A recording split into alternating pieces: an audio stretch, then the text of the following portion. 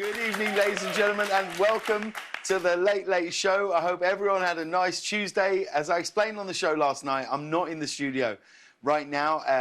I've been exposed to someone who has COVID-19.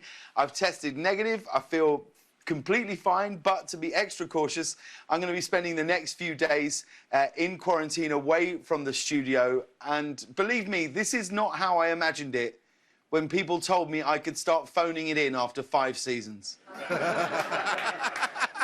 It really isn't. I'm on a Zoom call which is being played on a TV in the studio, and that TV is being filmed from 9 different angles by professional cameramen. So, you know, it's basically business as usual for the year 2020. But we have a fun show planned for you tonight. We'll be talking to the always hilarious Rainn Wilson. Then we have a brilliant performance from Anthony Ramos. I hope you'll stick around for that. Tom Travini, one of our writers, is here tonight. There he is. Thank you for being here, Tom. Tom, you were on the show last night. Great to be back, James. I imagine it's just gone crazy for you, the reaction after last night, right? I mean, it's huge. It's huge.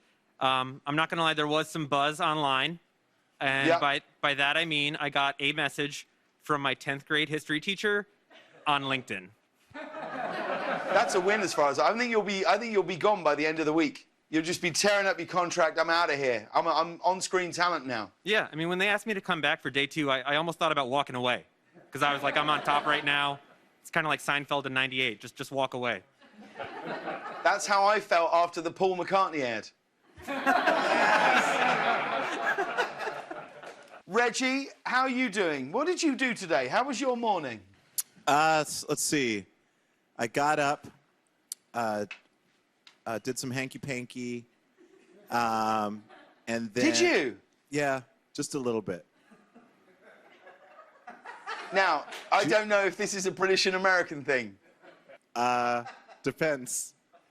You know, hanky-panky. But is that the same? Oh, yeah. Well, congrats. Thanks. Congrats. Thanks. I thought you were in a good mood when you were texting me earlier. You were texting me hearts and kisses all over the text you were sending me. All over. Now I understand why. Exactly. A hanky-panky starring Gene Wilder. Well, that's what you did this morning. Let me tell you what the President of the United States did this morning, okay?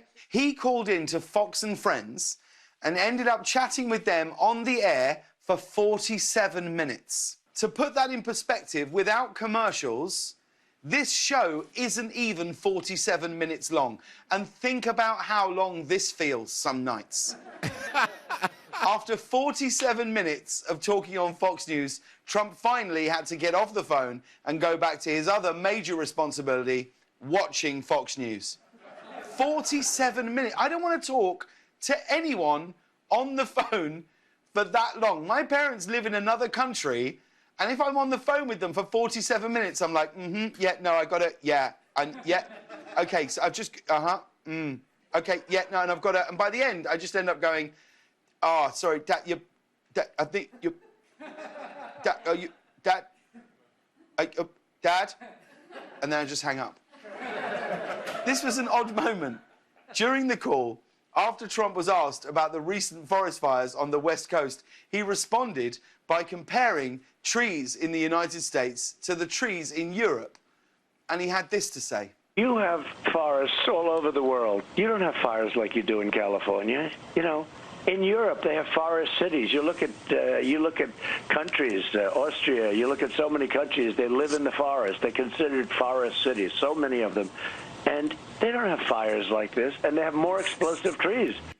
More explosive trees. You know, the hosts are like, do we tell him? Nah, just let him go with exploding trees being a thing.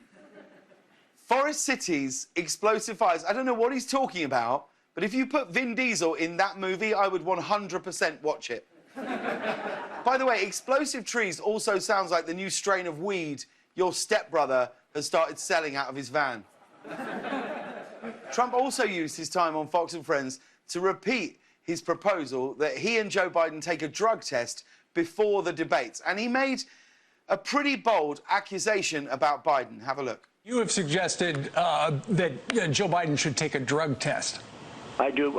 I would take one too. Yeah, I would. You think he's taking some sort of drugs to pep him up? I do. He's taking something. He's taking something, or or gives him some clarity. Good. We could use some clarity in the White House. But it makes sense that Trump thinks that everyone's taking drugs. It's something you just assume when you're surrounded by people who behave like this. Ladies and gentlemen, leaders and fighters for freedom and liberty and the American dream, the best is yet to come. Oh, the clarity. President Trump concluded the interview by saying he planned to make calling into Fox News a weekly event. And the response was, well, it was awkward. Thank you very much for starting your day with Fox and Friends. Thank you. Okay, it's been great. We'll do it every week. We're going to do it every week.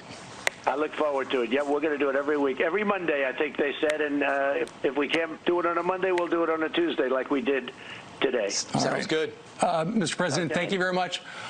You may want to do it every week, but Fox is not committed to that. We're going to take it on a case-by-case basis. Yes. And Joe Biden, as well, is always welcome to join us for 47 minutes, like we just did with the president.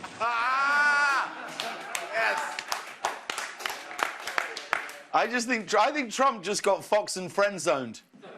Yes.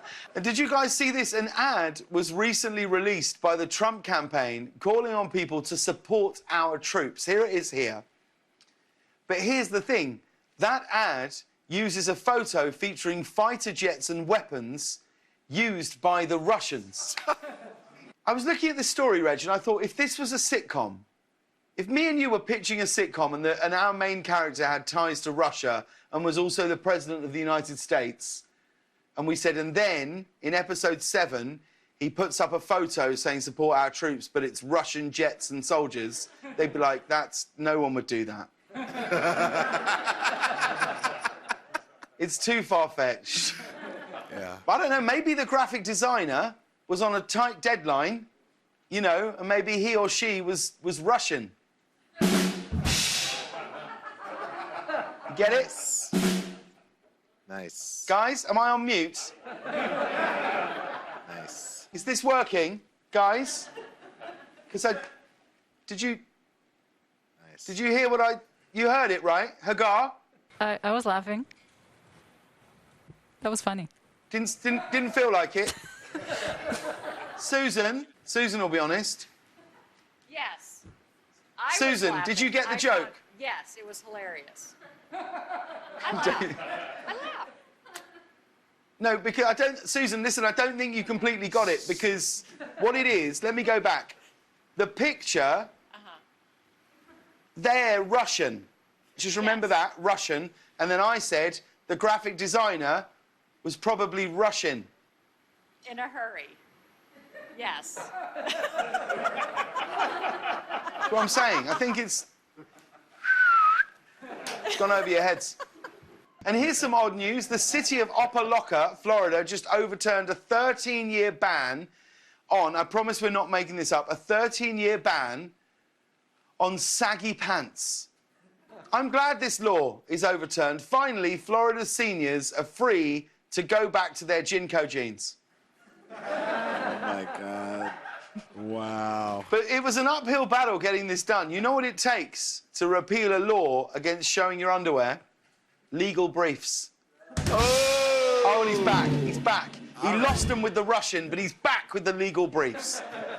And finally, we wanted to tell you about this. Reese's is introducing a new big cup, which is a peanut butter cup that also contains pieces of potato chips. Yes. This seems like the right product for the right time. Check out the slogan they're using to launch this product.